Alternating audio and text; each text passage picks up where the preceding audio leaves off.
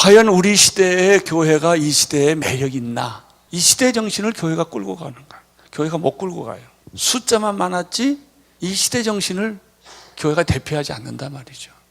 근데 70년대, 80년대, 90년대는 한국 교회가 한국 사회를 대표했어요. 그 당시는 CBMC라든지 기도원이라든지 이게 영향력이 있었거든요. 그 1세대 선배 크리스천들이 그걸 잘 끌어갔어요. 그 사람들이 기업가로서 다 재벌에 해당을 했어요. 지금은요, 크리스천 재벌이라는 게 없어졌어요. 최근에 이랜드가 하나 재벌이라는 단어를 쓰더라고요. 알로에 마임 정도, 이랜드 정도 밖에는 없어요. 옛날에는 빌리그리암도 있었고 엑스플로도 있었고, 그리고 옛날에는 교회가 목사님의 말 한마디 하면 세상이 들었어요. 이렇게 한경진 목사님도 있었고 박윤선 목사님도 있었고 뭐 등등 있었어요. 없어졌어요. 요즘은 다 없어졌어요. 그리고 요즘은 정교조가 시대 정신을 끌고 가요. 노사모가 시대 정신을 끌고 가요. 노조가 시대 정신을 끌고 가요. 기독교는 그 소리가 다 묻혔어요. 결론, 우리 기독교가 이 시대 정신을 끌고 가지 못하고 있다는 거예요. 우선 첫째, 논객이 없어요. 우리는 이 시대 정신을 끌고 갈 수 있는 논객을 교회가 만들지 않았어요. 여러분, 운동권이나 386 세대를 대변하는 이 노사모를 지원하는 교수가 700~800명이에요. 그 사람들이 이번 정권이 들어와서 다 좋은 자리를 차지했어요. 연구소, 학교, 정부 조직에 이 700~800명 교수들이 다 들어갔어요. 그래서 그들이 입에 거품을 몰고 이 정부를 보호하고 글을 쓰고 기존 보수 세력을 끊어내는 일을 누가 했느냐면 이 농객들이 하는 거예요. 근데 우리는 사학법에 관한 얘기 글 하나 쓸 사람이 없는 거예요. 우리는 목회는 잘했는데 학자가 없는 거예요.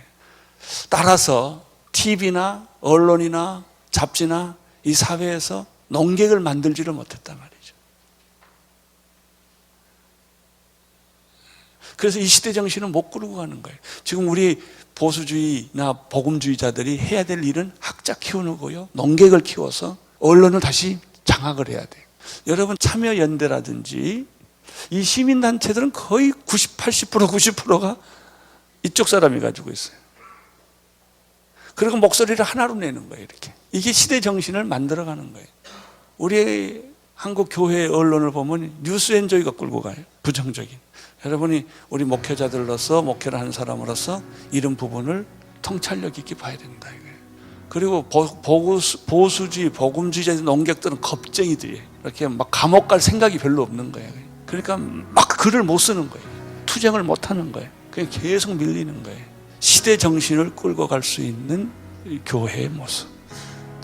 그리고 또 하나 얘기를 한다면, 이 시대를 뚫고 나가려면 포스트 모던과 종교 다원주의와 이런 물질 문명과 이런 이념이 평준화된 사회 속에서 꼭 우리들이 해야 될 것 중에 하나가 논객을 키우는 것. 소위 변증 이론을 만들어서 세속화와 다원주의와 포스트 모던과 맞싸워 부딪힐 수 있는 방어벽을 구축하는 것. 그래야만 수많은 선한 세력들, 하나님의 세력들이 시대 정신을 만들어갈 수가 있다는 것이죠. 이게 이제 다시 말하면 세상을 위한 교회 패러다임이에요. 한국 교회도 얼마나 교회 자체들이 다 이기적인지 몰라요. 연합과 팀워크는 못해요. 우리는 이걸 뚫어야 돼요. 여러분 보세요. 운동권들은요, 서프라이즈, 오마이뉴스를 이쪽으로 가고요, 전교조, 전공로 이쪽으로 가고요. 이게 전부 연대를 하는 거예요. 다 각자지만은 보면은 큰 세력이 연대를 하기 때문에 오늘의 시대 정신을 만들어가면서 그들의 이론을 세상에 전하는 거예요. 숫자는 소수의 20%도 안 돼요. 그 사람들이 세상을 지금 판치는 거예요. 크리스천들은 80%의 세력을 가지고 있으면서도 뭉치지 못하고 농객이 없고 겁쟁이들이 많기 때문에 못하는 거예요. 일을. 오늘의 교회는 이 시대 정신을 이끌어가자. 이 시대 정신을 이끌어가자. 우리 교회 안에서만 있을 게 아니고 교회가 가지고 있는 이 비전과 이 힘과 이 에너지를 세상 속으로 보내자는 것이죠.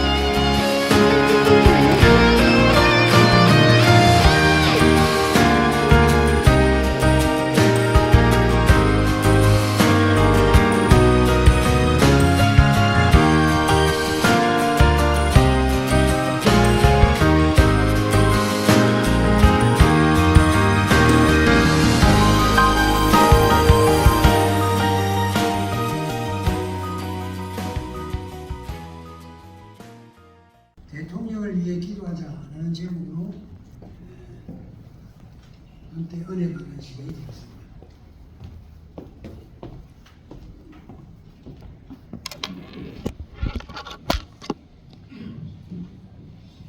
할렐루야. 대단히 반갑고 기쁩니다. 특별히 역전의 노당들만 모인 자리에서 말씀을 전하는 거 아니 심이 떨리고 그리고 굉장히 영광스럽습니다. 먼저 인사부터 드리겠습니다.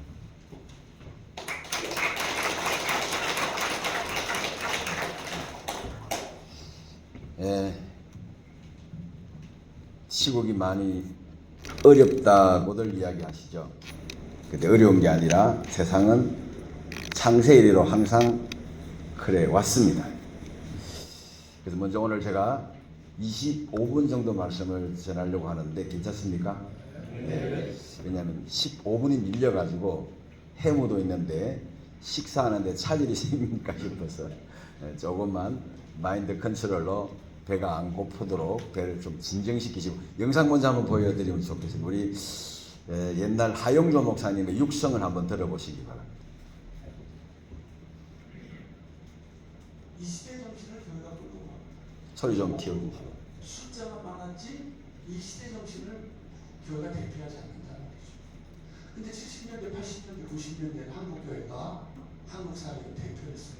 그 당시에 CBMC라든지 기도원이라든지 이게 영향력이 있습니다. 그 1세대 선배 크리스천들이 그걸 잘 끌어갔어요. 그 사람들이 기업가로서 다 재벌에 해당을 했어요. 지금은요, 크리스천 재벌이라는 게 없어졌어요. 최근에 이랜드가 하나 재벌이라는 단어를 써요. 알로에 마임 정도, 이랜드 정도, 밖에는 없어요. 옛날에는 빌리그리함도 있었고, 엑스플로도 있었고, 그리고 옛날에는 교회가 목사님이 말 한마디 하면 세상이 들었어요. 한경주 목사님도 있었고, 박윤선 목사님도 있었고, 어떤 게 있었어요. 없어졌어요. 다 없어졌어요. 그리고 요즘 종교자가 시대 정신을 끌고, 노사모가 시대 정신을 끌고, 노조가 시대 정신을 끌고, 기독교는 그 소리가 다 묻혔어요. 결과 우리 기독교가 이 시대 정신을 끌고 가지 못하고 있다는 거예요. 우선 첫째, 논객이 없어요. 이 시대 정신을 끌고 갈 수 있는 논객을 교회가 만들지 않았어요. 여러분 운동권이나 386 세대를 대변하는 이 노사모를 지원하는 교수가 7,800명이에요. 그 사람들이 이번 정권에 들어서 다 좋은 자리를 차지했어요. 연구소, 학교, 정부 조직에 이 7,800명 교수들이 다 들어갔어요. 그래서 그들이 입에 거품을 몰고 이 정부를 보호하고 글을 쓰고 기존 보수 세력을 끊어내는 일을 누가 했느냐면 이 농객들이 하는 거예요. 근데 우리는 사법에 관한 이 그나마 석사가 없는 거예요. 목회는 잘했는데 학자가 없는 거예요. 따라서 TV나 언론이나 잡지나 이 사회에서 농객을 만들지가 못했다.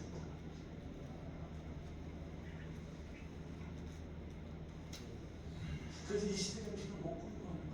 지금 우리 보수주의나 복음주의자들이 해야 될 일은 학자 키우는 거예요. 농객을 키워서 언론을 다시 장악을 해야 돼요. 여러분 참여연대라든지 이 시민단체들은 거의 90%가 이쪽 사람이 가지고 있어요. 그런 목소리가 하나로 내는 거예요. 이게 시대 정신을 만들어가는 거예요. 우리 한국 교회 언론을 보면 뉴스엔저이가 끌고 가요. 뉴스엔저이.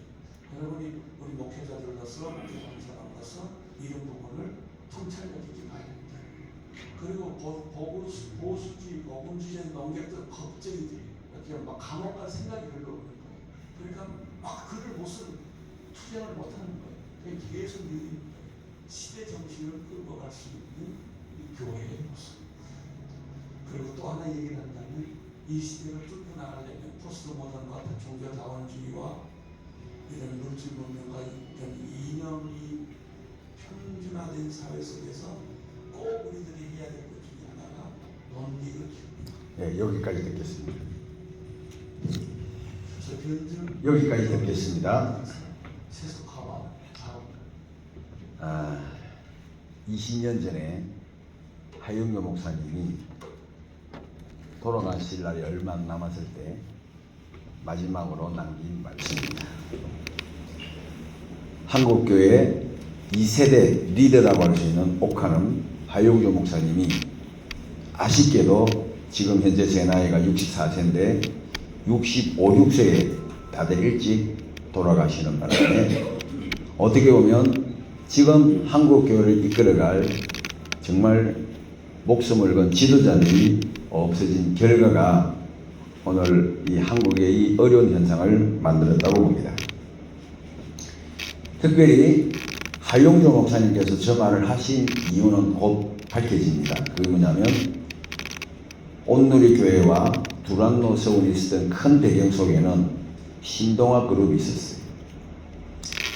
우리가 청년 조금 지나고 중년쯤 되었을 때 그 63빌딩 여행 가는 것이 하나의 큰 교회의 자랑이었습니다. 근데 그것이 김대중 정부에 의해서 세무 사찰을 당해서 한순간에 공중분해가 되어버리고 결국에는 한국 교회를 위한 든든한 받침이었던 재벌 하나가 이 세상에서 사라지고 말았습니다. 그 이유는 단 하나, 전주대학교에서 우리 신동아 그룹 최원영 회장님이 발언 한 번은 잘못해가지고 결국에는 미우틀이 바뀌어서 대대적으로 세무사찰을 받고 사라져 버렸던 것입니다.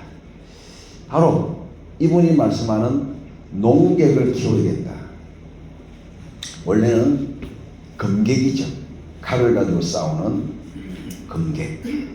근데 검객 중에도 깡패가 있고 협객이 있어요. 어협심을 가지고 싸우는 사람을 협객이라고 한다면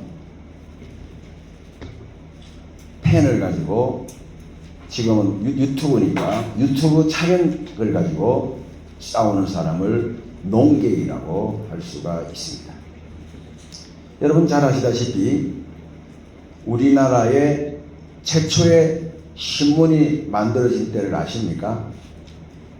1896년 4월 7일입니다. 스제필 박사가 한국에 유학 갔다가 박사학위를 받고 한국에 와서 세웠던 최초의 신문사가 독립신문이었습니다.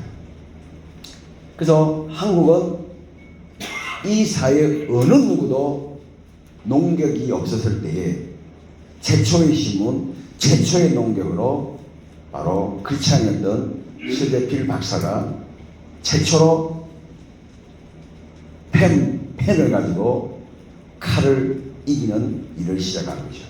그래서 한국의 신문의 날은 놀랍게도 4월 7일입니다. 독립신문이 발행된 날을 기념해서 만든 것이죠. 근데 더 중요한 사건이 일어납니다.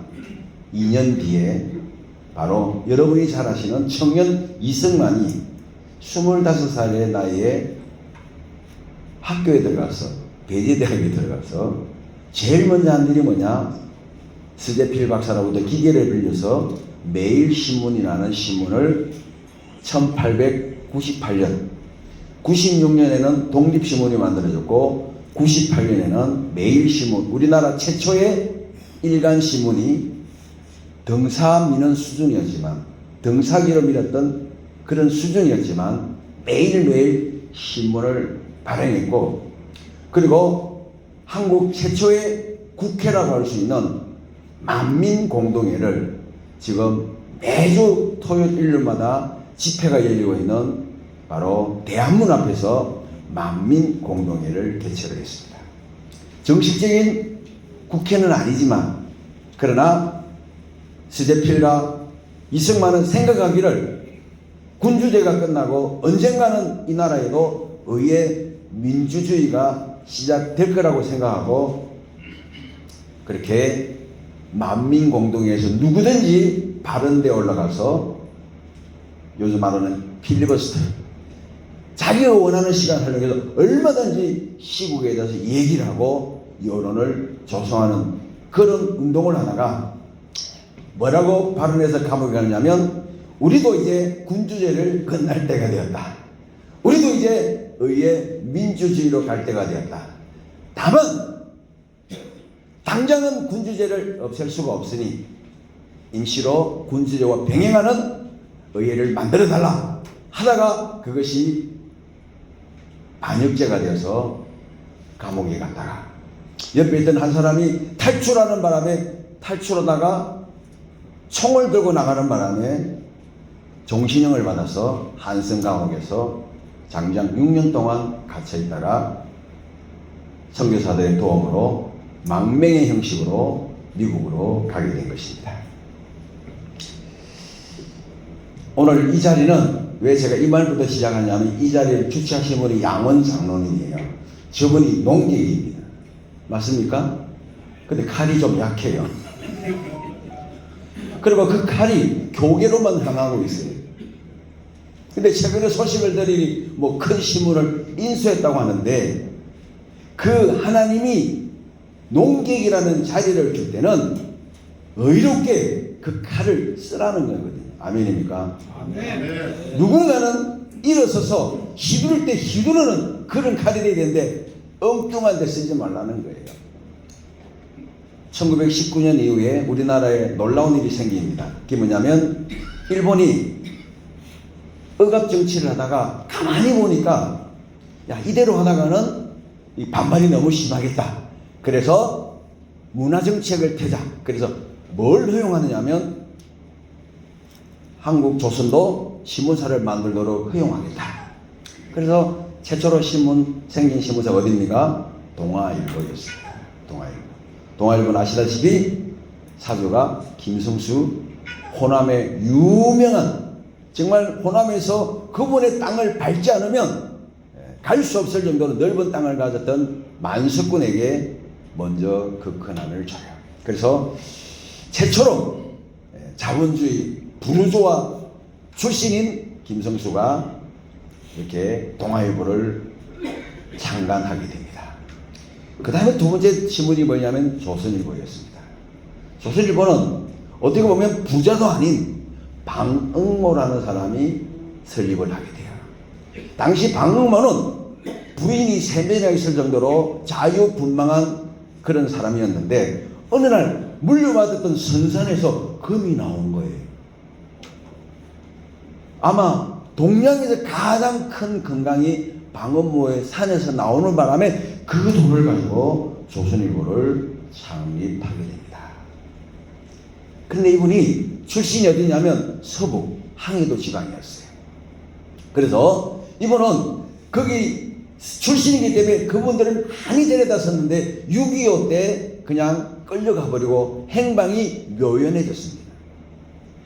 해방 후에 그리고 6.25 후에 끊임없이 조선일보는 자기 선조인 방응모를 돌려달라고 했지만 끝끝내 알려주지도 않고 돌려주지도 않아서 지금 한국에 있는 방응모의 묘지에는 머리카락 하나도 없는 빈 무덤입니다. 그래서 죽었는지 살았는지 모르기 때문에 6.25가 끝난 이후에도 10년 가까이 조선일보의 발행인에는 방응모라는 이름이 들어가 있었습니다. 그때부터 조선일보는 북한을 그렇게 싫어하는 거예요. 그래서 지금도 약간